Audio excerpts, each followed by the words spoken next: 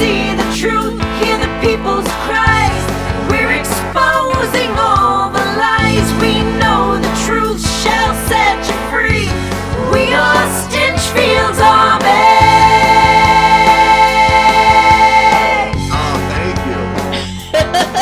We were just listening to you on the radio. Fun. I'm glad you guys are still fans. Oh yeah, and Cindy's right here next to me. Cindy Walkoff is right here. Hi Cindy, how you doing? I'm doing good. I don't want to interfere with anything going on there. I just want to say thank you so much for supporting us, and we love you. We love you so much. No problem. Love you guys too. We have our Truth Bombed shirts on. Yes, we do. I love it. Truth bombs away. Truth bombs away.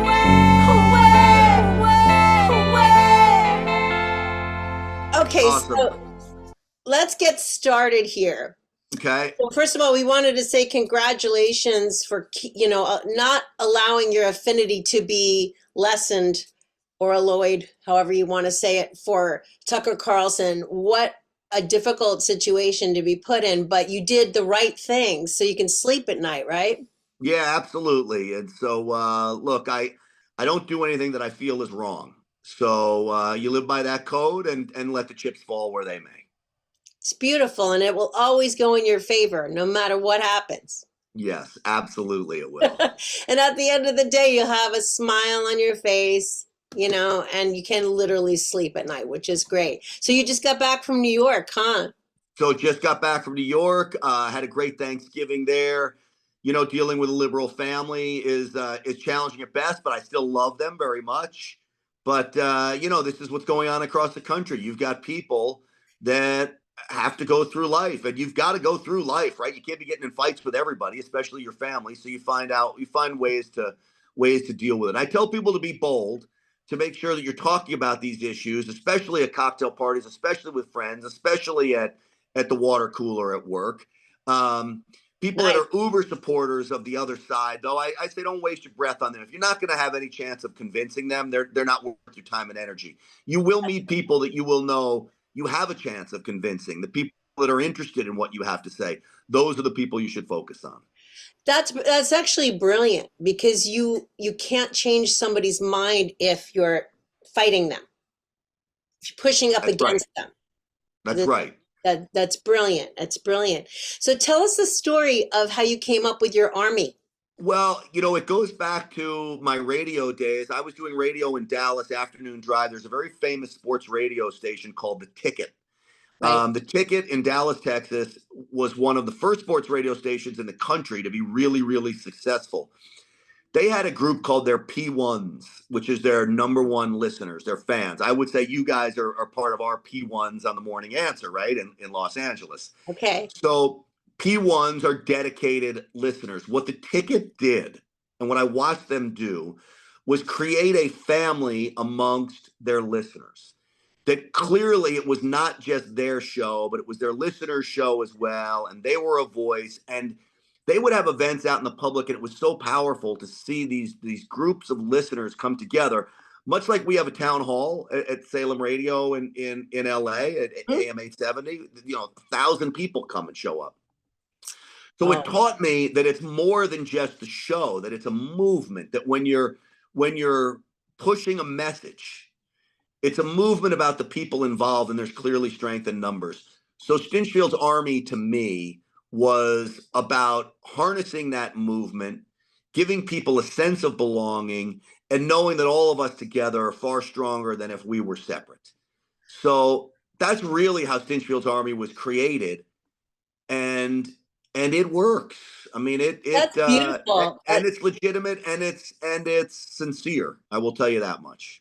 I love it. I love being a part of your army. Well, you got my Truth Bomb shirt on, I see, too. So, and we wrote you a song. We love you so much. Which is so amazing. It really, really is. Thank you. All right. So can you tell us how the opportunity to co-host a morning show came about with Jennifer Horn? I believe I was at NRA TV. Our show at NRA TV got canned because of a series of lawsuits inside the NRA. That's a whole nother story. Sebastian Gorka, my good friend Dr. G, who's also a Salem radio guy, called me and said, hey, the Morning Answer's looking for a co-host. Call my friend Jennifer. she could put you in touch with the right people. So I called Jen, and instantly we hit it off on the phone.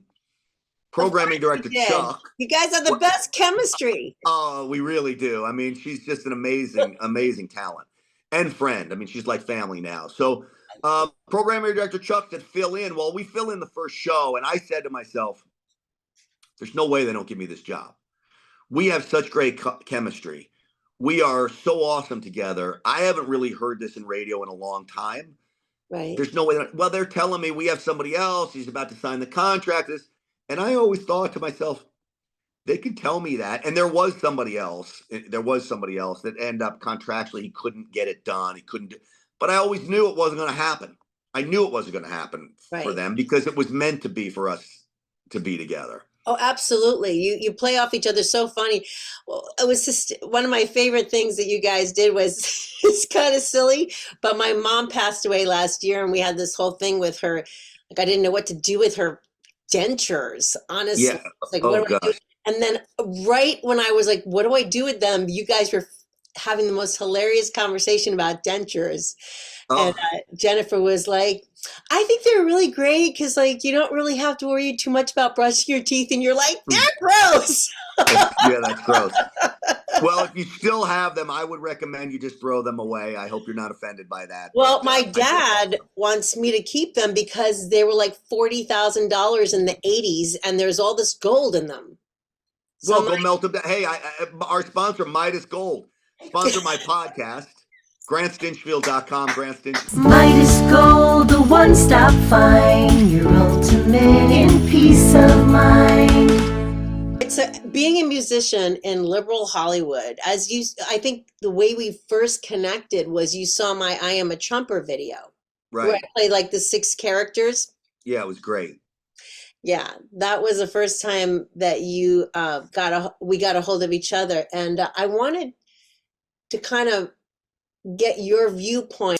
If your son was getting into the music business, like, be yourself, don't be yourself, be afraid. Well, what's amazing in the music industry today, and now I'm not a musician, even though I'd love to be. I love to be a country star in my second career, but I can't sing, so that's a problem. But the music industry today, as you know, has changed so amazingly, and the fact that independent artists can have so much success with social media. And I go to friends of mine, Jimmy Levy. I don't know if you know him, Levy, Jimmy Levy. Right. Is like top of the charts on all of these places. And he is totally independent, sells his music independently. He skipped all of the record labels. And this guy is wildly successful, making all kinds of money.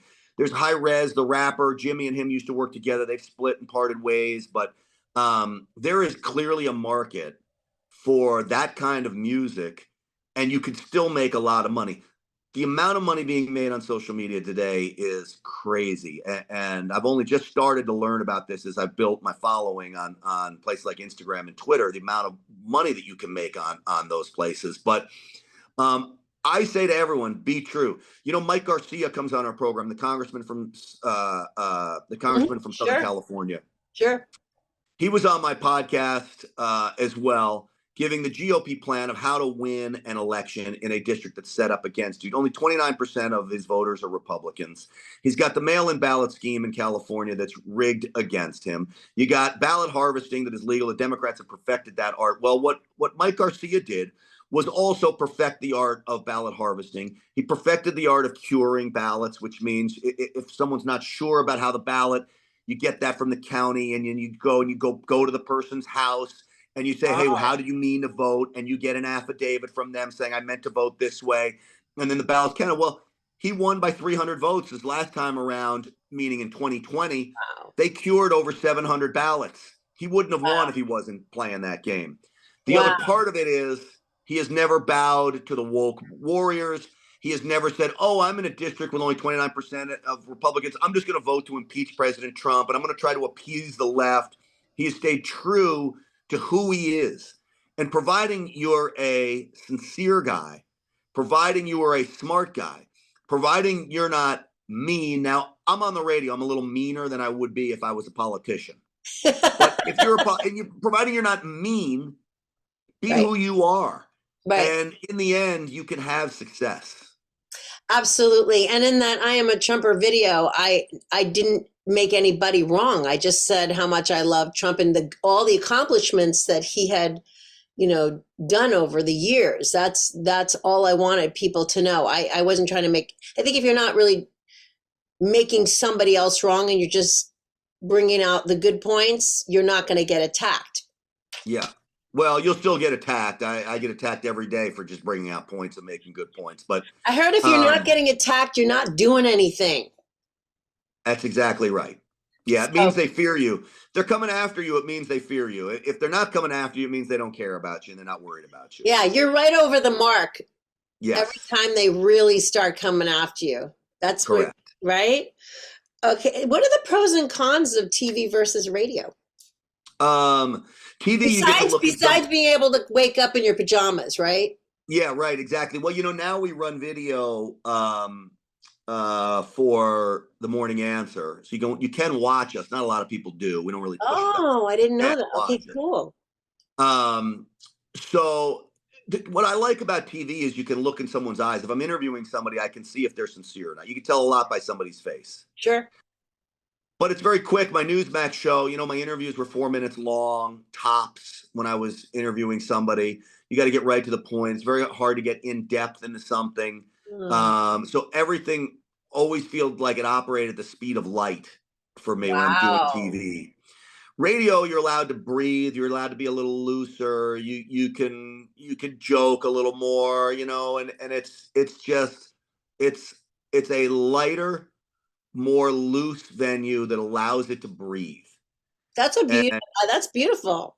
I love radio is my favorite by far. Radio is my favorite. But I love TV as well.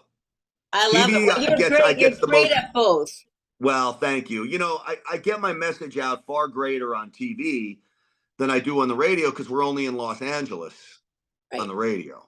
The TV I do is all national. I'm doing a lot of stuff for Trinity Broadcasting Network, TBN now, and Real America's Voice, which is another great outlet.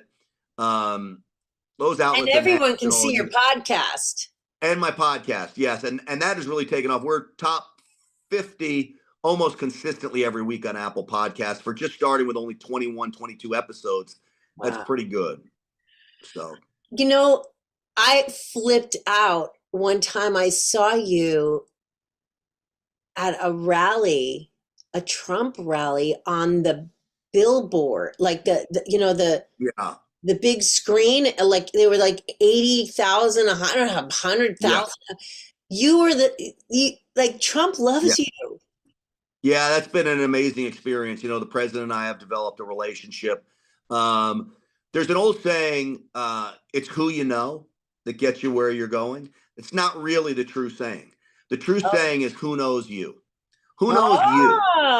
Okay? A lot of people could say, I've met President Trump. Oh, yeah, I know President Trump. Does President Trump know you? I can honestly say President Trump knows me. In fact, he helped me get my primetime job at Newsmax. He was a big fan of the weekend morning show that I was doing. And then I've gotten to dine with him and eat with him in a very intimate setting over a number of occasions. That's right.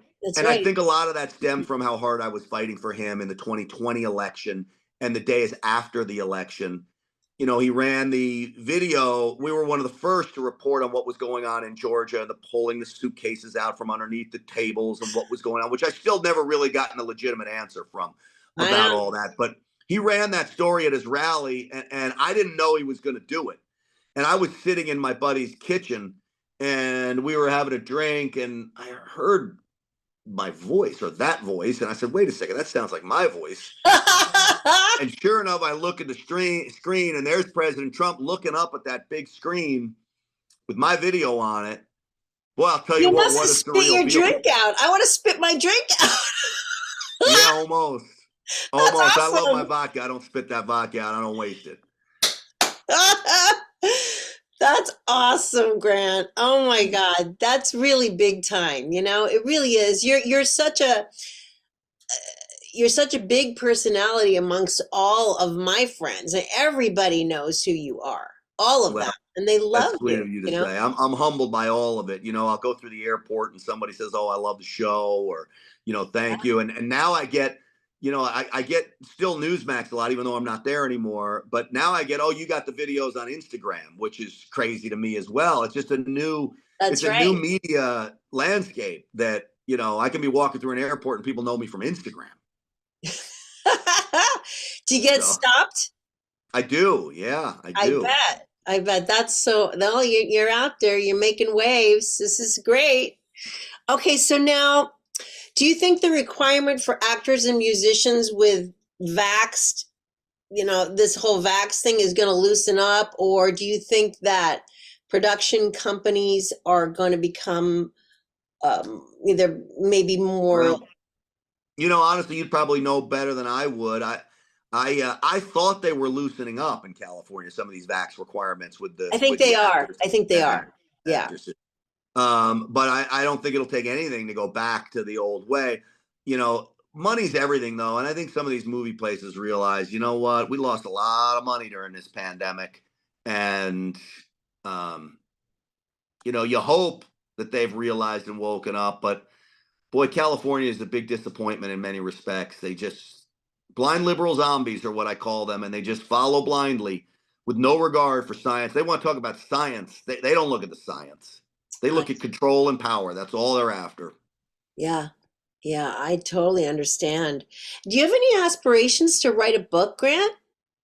Um, I've thought about it. I don't know what I'd write it on. The worst mistake someone can do is write an autobiography on themselves. Nobody really cares about what people are doing or what they did. They really don't. I've got friends, "Oh, I'm gonna write an autobiography." Nobody cares about your life, buddy. I hate to break the news to you. I mean, unless you're a sitting president or I something. don't know about that though, because like certain conversations that I have with Cindy and our friends and our musician friends are like, did you hear about Grant went home for New York and he's hanging out with his parents? Or like, I mean, it's mundane, but we care. So, Yeah, that goes back into the whole family part of it. I mean, those are family conversations, right? So you guys listen, we come into your homes, your cars every morning, and it's the same conversation you had about me going home for Thanksgiving would be, if you have a kid, you said, "Oh my gosh, do you hear what happened to him in college? And he went and saw this." It's the same conversation because we're all like family. I'm not sure on a large scale that plays. What I would do is write a fictional book right. about some of the issues that we face and use the fiction as entertainment to ultimately inform. And I think that's a great way to get a message out. That's brilliant. Yeah. And And it'll be a so, lot of fun. yeah, I was thinking about writing a book called Lies and just call it Lies and have the whole everything going on in Washington and people jockeying for position and get into the whole, Hunter Biden stuff and Totally. the pandemic and you do it through the eyes of, a protagonist that's having some kind of an exciting life with drugs, sex, and rock and roll. And I Yeah. heard you got some cool things in the works, so you probably don't even want to talk about that. But is there anything you can talk about that's coming down the line? Well, the podcast is really the big push right now. I mean, and we're Good. growing. So again, I urge people, please subscribe, grantstinchfield.com. Okay. You can get to everywhere to subscribe. Subscribe on Apple, set that automatic download would be great. And that's the big thing. I'll be filling in on Trinity Broadcasting Network for the next 3 weeks, starting in a week or so. So there's some opportunities there as well. That's an evening Nice. show. What is it? It's 7:30 Eastern time. I love So that. We're going to see you at the Toy Drive in Glendale for AM 870. Pasadena? yes, I, Pasadena. I will not be there because I will be in Texas working for Trinity Broadcasting. But So will you be coming in at all, like on the computer, or on the computer, yes. So I will be doing so the we'll see show, your but I will not be face? there. Yeah, you'll see my face. Yeah, because that's how it was last year. We saw you. Yeah, It's yeah, totally fine. exactly, It's totally fine. exactly. Do you, speaking of running, do you have any aspirations in the future of ever running again? Could you see yourself running for any political office? I ran for Congress 10 years ago against an incumbent in a Republican primary, and I raised a lot of money. That's really what got me into the radio business 10 years ago. Um, Smart. That was a brutal time of my life. It was the best and worst experience of my life all rolled up in one, maybe more towards the worst than anything else. What I do now, I think I have more power than I would ever as one of 435 congressmen. I've got Jim Jordan, who's become a good friend. The congressman from Ohio, is a great freedom fighter. His people call me to come on my podcast. Jim wants to come on. I've got Matt Gaetz. They want to come on. I got big name people that call me to come on. And, I can hold people accountable in that position. I don't know how many people I can hold accountable. I go to Washington as one of 435.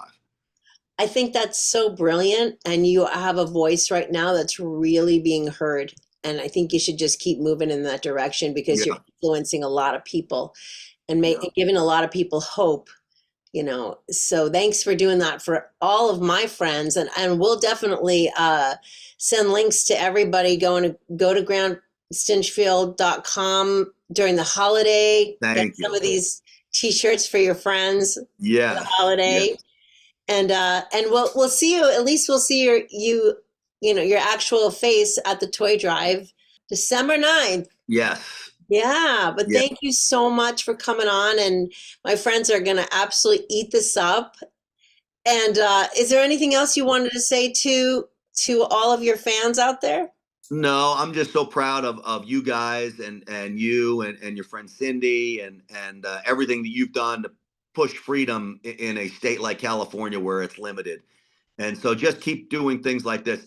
It's going to be everyday citizens that are pushing the message out like this that save this country. So God bless you guys, and I appreciate you. I'm honored that you invited me on as a guest. Oh, God bless you too, and thank you for saying such beautiful things about Poppy Iris. We love it. We have your quote on our website, and I'm so everyone's glad. like, "Oh my God, Grant's your fan. That's so cool." Well, it's so cool that we're friends, and I love your music. So you guys just keep rocking and rolling. Thank you. We love you. Happy holidays. All right, truth bombs away. You bet. All right, bye y'all. Folks, I want to tell you that some of my viewers are the best viewers of all. They send me all kinds of things, and I don't want gifts, I really don't. But when I get a gift like this that I can share with everybody, it's awesome. A Stinchfield Army song, sung by Poppy Iris, okay? Listen. Never gonna stop, never giving in, never giving up, never surrender. Mike is gonna drop, we are gonna win. Lady Liberty will always defend her. We see the truth, hear the people's cries. We're exposing all the lies. We know the truth shall set you free. We are Stinchfield'S Army.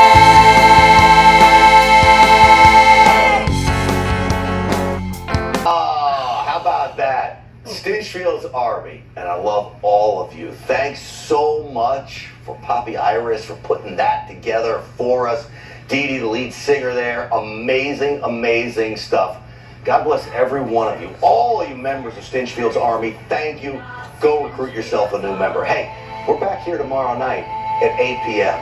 That song has a ring to it. See ya. I know I got a real deficiency that disappears when you are here with me, like 1,000 shots of energy.